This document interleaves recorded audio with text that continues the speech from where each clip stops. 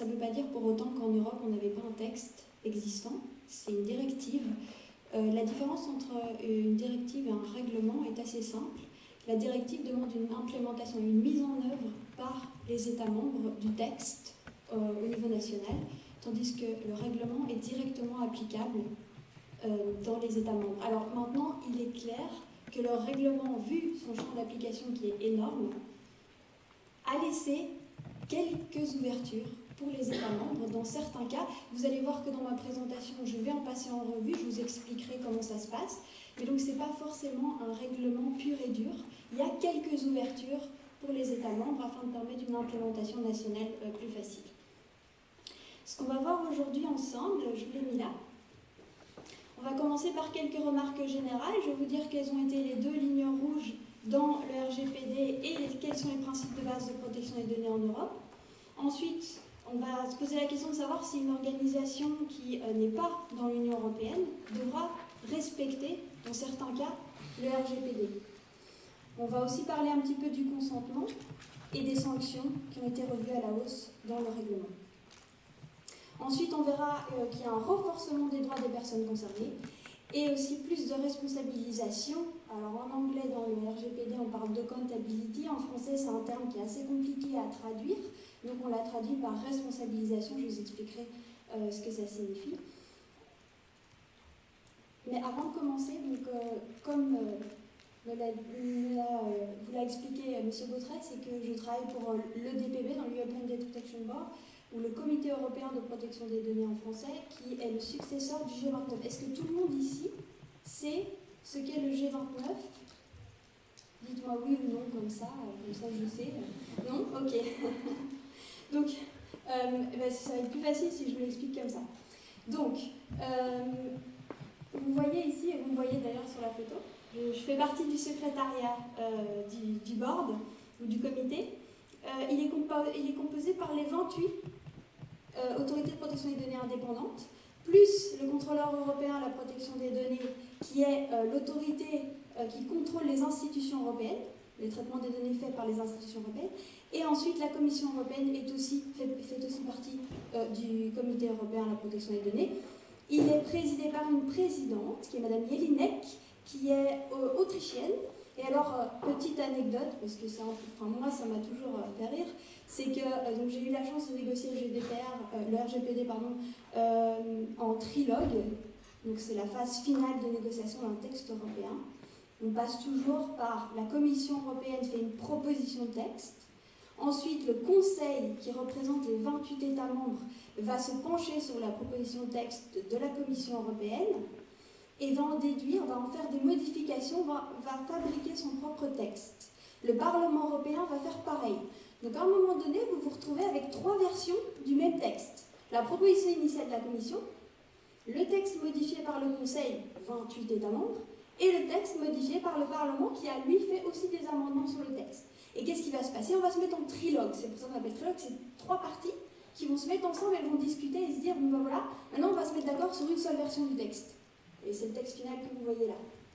Donc, j'ai eu la chance de participer au trilogue et à la fin des négociations sur le texte, c'était compliqué, on l'a fait en 6 mois quand même, avec la présidence luxembourgeoise, c'était le Luxembourg qui représentait les 26 États pour le Conseil. Et au moment du vote, pour le texte, il s'est avéré que l'Autriche est le seul pays à avoir voté contre. Et maintenant, c'est la présidente du board.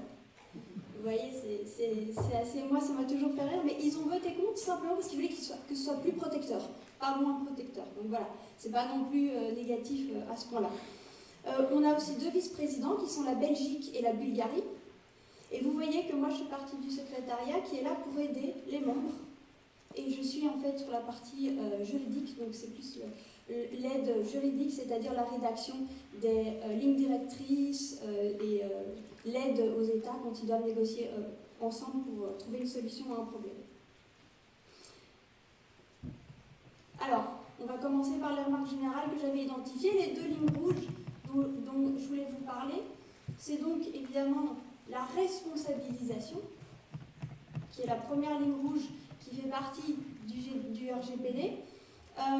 Ce que ça veut dire, c'est qu'une organisation Nous, on appelle ça en fait un responsable de traitement, mais j'ai pas envie d'utiliser ce terme parce qu'il ne vous est pas forcément familier. Donc, c'est une organisation, la personne qui traite les données va devoir bien évidemment être conforme aux dispositions du RGPD, mais en plus de ça, il va falloir être en mesure de prouver cette conformité. Et ça, c'est l'entièreté, c'est les deux volets de la notion de responsabilisation. Respecter le texte et être en mesure de le prouver. Et vous allez voir qu'il y a des outils qui sont prévus dans le RGPD pour permettre cette preuve. Et d'ailleurs, Antoine va aussi les développer un peu plus tout à l'heure. Ensuite, la deuxième ligne rouge que je voudrais vous signaler, c'est l'approche basée sur le risque. Vous voyez, c'est la deuxième partie de mon écran. L'entièreté du RGPD est basée sur une approche basée sur le risque. Ça veut dire qu'on va prendre en compte, et je vais vous donner un exemple un peu plus loin dans la présentation, le fait que dans certains cas, le traitement des données va représenter un risque pour les droits des personnes concernées. Donc il ne s'agit pas d'un risque pour l'entreprise. C'est très important, c'est le risque pour les droits des personnes concernées. Alors si vous devez juste retenir deux choses du RGPD, ce sont ces deux-là. Après, je ne vous demande plus rien. Au niveau des principes de base de la protection des données, en Europe, ça n'a pas énormément changé par rapport à la directive qu'on avait précédemment. À une exception près, on a rajouté un principe de base qui est le principe d'intégrité et de confidentialité. On renvoie à la sécurité des données. Alors, auparavant, la sécurité des données était déjà évidemment prévue dans la directive, mais n'était pas en soi reconnue comme un principe de base. Ici, le RGPD a érigé au rang de principe de base de la protection des données le principe de sécurité. Et vous voyez que les autres sont assez de sens commun, c'est-à-dire qu'il y a le principe de licéité, donc être conforme à la loi quand on traite les données, de loyauté et de transparence, évidemment. Le principe de finalité déterminée, donc on va déterminer une finalité pour laquelle on va utiliser les données. Le principe de minimisation des données, on ne va collecter les données que celles qui sont nécessaires pour effectuer le traitement, basé sur la finalité qu'on a déterminée. Ensuite, on a le principe d'exactitude, donc avoir des données correctes et si nécessaire, mises à jour. Le principe de conservation limitée, vous allez devoir définir une durée de conservation qui sera évidemment en lien avec la finalité que vous avez identifiée. Et le dernier principe, je viens de vous l'expliquer, c'est celui qui est lié à la sécurité. Alors, la question qu'on voulait se poser, la deuxième question que je voulais vous poser, c'était de savoir si le RGPD, finalement, il sera applicable à une organisation qui se trouve à Montréal, par exemple. Le RGPD, il prévoit que de toute manière, les entreprises qui ont un établissement dans l'Union européenne devront appliquer le RGPD. Et c'est assez clair. Et ce qui fait qu'on étend le champ d'application du RGPD, c'est que les entreprises ou les organisations qui n'ont pas d'établissement dans l'Union européenne vont peut-être aussi devoir l'appliquer. Et dans quel cas? Vous voyez ici dans le cadre bleu, si l'organisation offre des biens ou des services à des personnes qui sont dans l'Union européenne, elle va devoir appliquer le RGPD.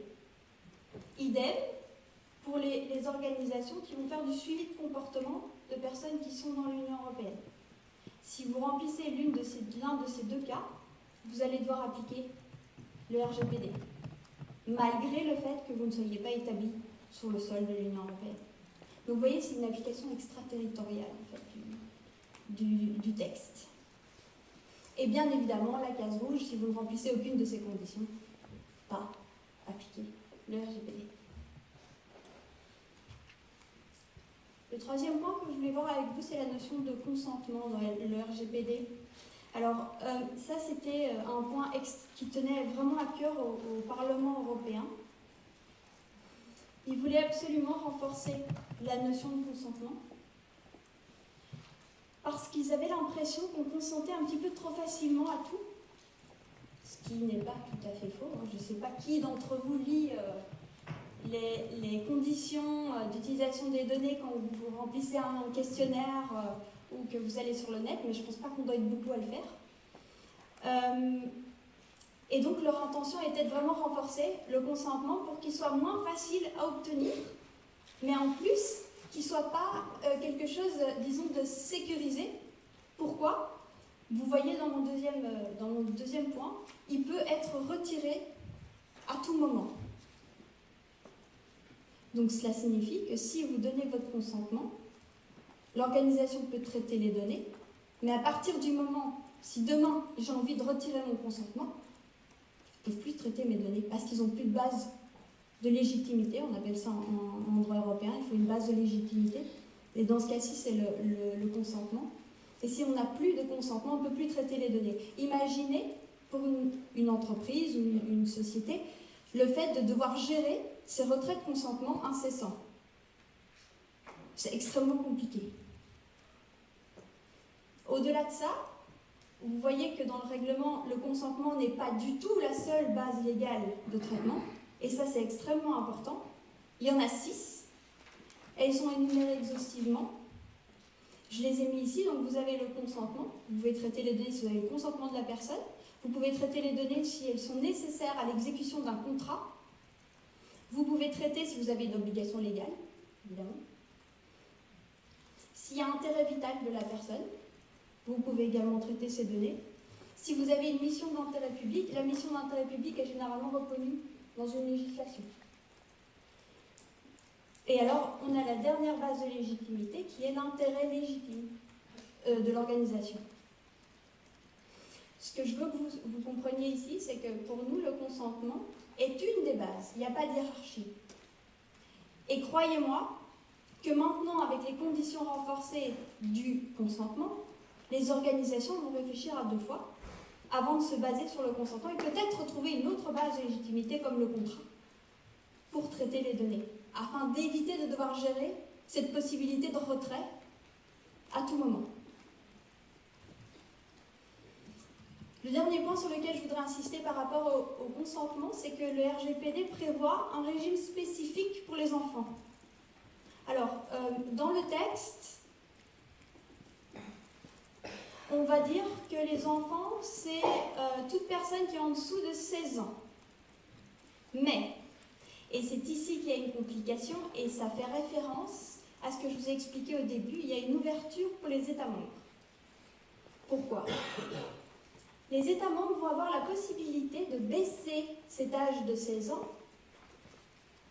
Ils ont une fourchette jusqu'à 13 ans. Ils vont pouvoir dire, il va falloir avoir le consentement parental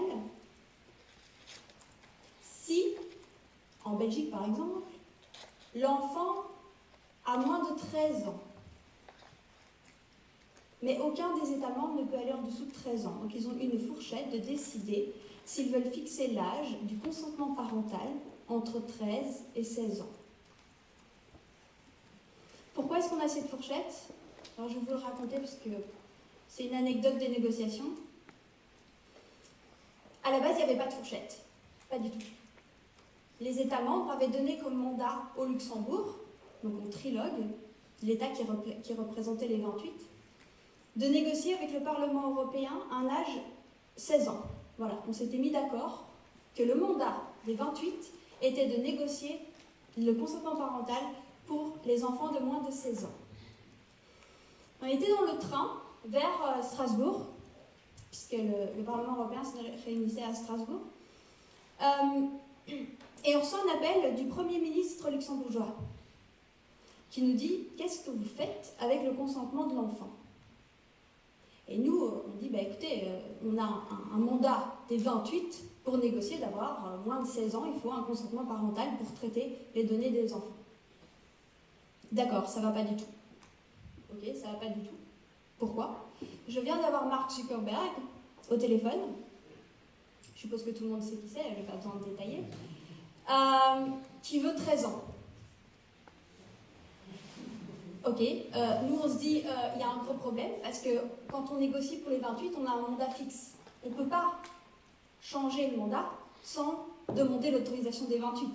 Et on était en chemin vers Strasbourg, aucun moyen de revenir vers les 28 pour changer le mandat. Mais on recevait un ordre direct de notre hiérarchie, un gouvernement, pour changer le mandat. La fourchette. Et oui, et malheureusement, ça induit un manque d'harmonisation maintenant au sein des États membres, puisqu'il y en a qui vont choisir des âges différents, et que potentiellement pour les organisations, ça va être très compliqué de mettre en œuvre si l'âge n'est pas harmonisé. Et vous voyez parfois, voilà, le lobbying et les solutions qui sont trouvées dans le RGPD ne sont pas forcément toutes dues à une réflexion juridique profonde. Elles font aussi l'objet du résultat d'un compromis politique. Et donc, oui, le texte n'est pas forcément parfait. Au niveau des sanctions, vous voyez, ce que je voulais aussi préciser ici, vous voyez que le RGPD couvre non seulement le secteur privé, mais également le secteur public. D'où son champ d'application, encore une fois, très large. Ici encore, on a une différence entre secteur privé et public. Vous voyez qu'au niveau des sanctions, donc ça ce sont les amendes administratives, je vous ai mis en dollars canadiens, donc c'est en euros évidemment dans le RGPD, mais donc on est de 15 à 30 millions de dollars canadiens, ou dans le cas d'une entreprise, de 2 à 4% du chiffre d'affaires annuel mondial total de l'exercice précédent. Donc vous imaginez que ça fait des gros montants. Pour le secteur public, au niveau des amendes administratives, vous voyez qu'ici encore, c'est une ouverture aux États membres. Il a été fait renvoi au législateur pour déterminer, dans chaque État, si le secteur public sera soumis aux amendes administratives ou pas. Alors, vous imaginez quand même le problème. Et on s'est quand même beaucoup battu pendant les négociations pour couvrir le secteur public. On n'y est pas arrivé, honnêtement. Mais il est certain que ça pose un gros problème dans la mesure où les données du secteur public sont, si pas plus sensibles, en tous les cas très sensibles, et les quantités sont énormes. Et s'il n'y a pas de sanction, je suis désolée, c'est la carotte et le bâton. Donc, si vous n'avez pas le bâton derrière, pourquoi vous respectez le texte? On est d'accord là-dessus. Donc, il y a d'autres éléments que les autorités de protection des données peuvent utiliser au-delà des amendes administratives. Et cette fois-ci, il n'y a pas la distinction entre secteur privé et secteur public. Vous voyez, c'est mon cadre bleu en dessous. Donc, les autorités peuvent, par exemple, faire des avertissements, des rappels à l'ordre, ordonner RT, responsable de traitement, de se conformer à la législation. On peut imposer une limitation temporaire ou définitive, y compris une interdiction de traitement. Et je pense que vous seriez d'accord avec moi que, par exemple, pour les grosses sociétés qui n'ont pas de problème à payer une amende, leur interdire de traiter, ça peut parfois être plus dissuasif que de mettre une amende administrative. Donc finalement, on peut utiliser d'autres moyens pour faire respecter la législation. Le deuxième gros point que je voulais voir avec vous, c'est le renforcement des droits des personnes concernées. Donc les droits des personnes concernées, par rapport à la directive précédente, ils sont encore plus ou moins les mêmes, c'est-à-dire qu'on a repris les droits qui étaient dans la directive précédente et on les a renforcés. Et vous voyez ici qu'on a renforcé la transparence et l'information. Donc la personne concernée devra recevoir beaucoup plus d'informations et le traitement sera plus transparent. En tout cas, on a essayé d'aller vers la transparence lorsqu'on traite les données. Il y a au niveau du droit d'accès, donc accéder à ces données, demander accès à ces données. Il y a une clarification dans le RGPD sur le fait que la personne concernée, au-delà du fait d'avoir accès, a le droit d'avoir une copie de ces données, ce qui n'était pas clair dans la législation précédente. Au niveau du droit à l'effacement, on peut demander un droit à l'effacement de ces données dans certaines conditions, dans le RGPD, et on a prévu un droit de suite. Alors, tout le monde l'appelle droit à l'oubli. Honnêtement, moi, j'y crois pas du tout. Donc, je déteste cette appellation. J'appelle ça un droit de suite, c'est-à-dire que les responsables de traitement ou les organisations qui auront reçu les données de la personne qui demande l'effacement seront, en suivant la chaîne, c'est pour ça que j'appelle ça un droit de suite, en suivant la chaîne, seront aussi obligés d'effacer les données parce qu'ils ont reçu les données de la personne qui demande l'effacement. Ouais. C'était un élément marketing, le fait de l'appeler droit à l'oubli. D'ailleurs, il ne se retrouve pas dans le texte du RGPD, uniquement dans le titre. Et en fait, la valeur juridique des titres, il n'y a pas de valeur juridique dans les titres du RGPD. Donc c'était aussi une façon de le mentionner sans le mentionner. Et alors vous voyez qu'il y a le droit à ne pas être soumis à une décision automatisée. Et le RGPD va préciser que cela comprend le profilage. Il y a un seul nouveau droit qui a été créé par rapport à la situation précédente, c'est le droit à la portabilité. Et comme vous le voyez sur l'image, c'est un droit qui vous permet de redemander vos données auprès d'un prestataire pour pouvoir les donner à un autre prestataire. Donc c'est un droit qui est un peu à la croisée entre droit économique et droit de protection des données. Et alors finalement, une nouveauté pour nous, c'est ce qu'on a ajouté dans le RGPD, c'est la possibilité d'avoir un recours collectif, ce qui n'existait pas. C'est une personne qui va pouvoir donner mandat à une association pour agir à sa place devant les cours et tribunaux ou faire exercer ses droits.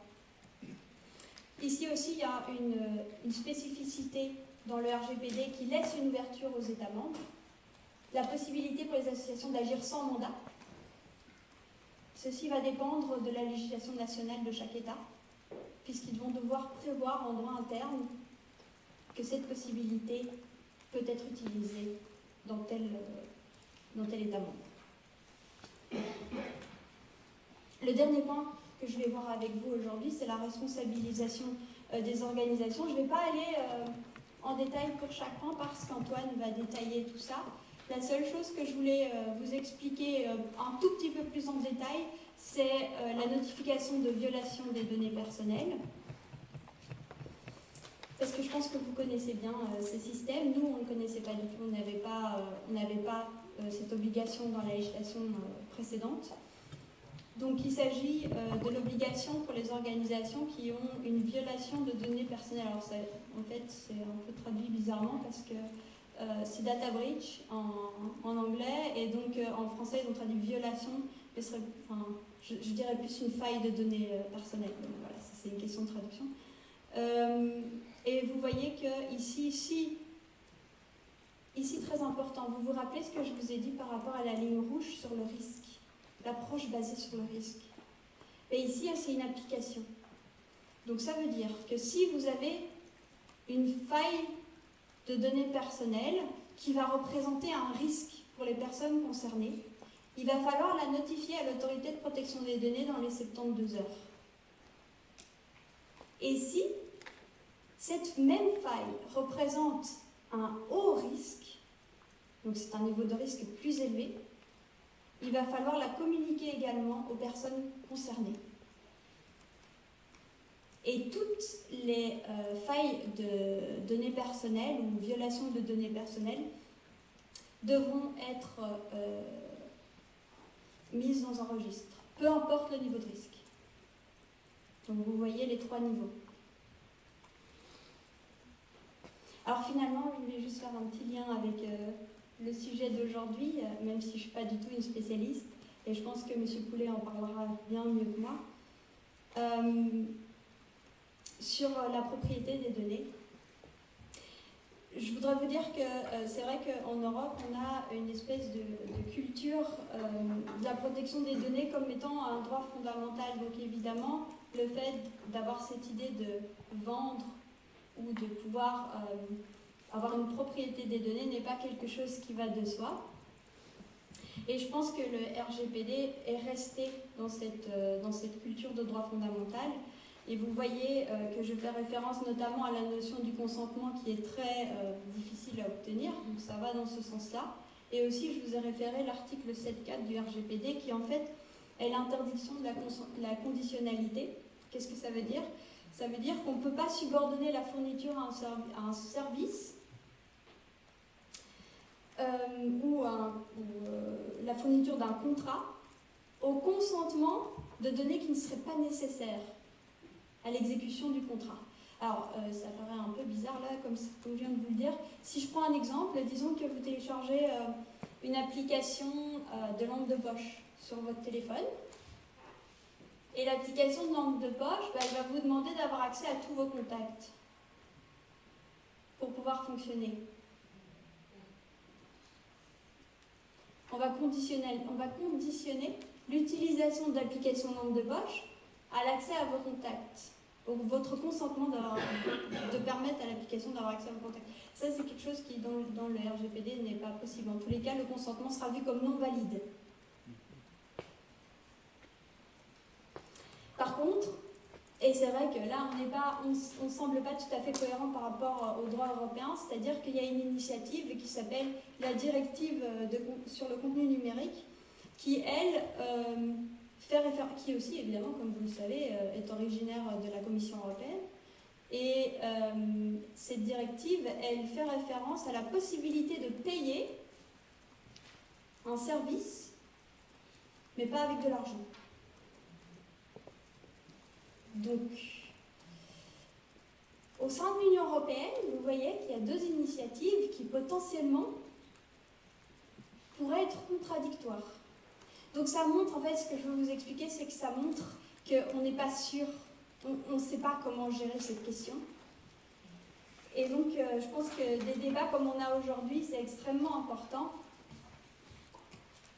Et je voulais finir par mon petit résumé de tout ce que je viens de dire. Vous l'avez sous forme de petites rosaces.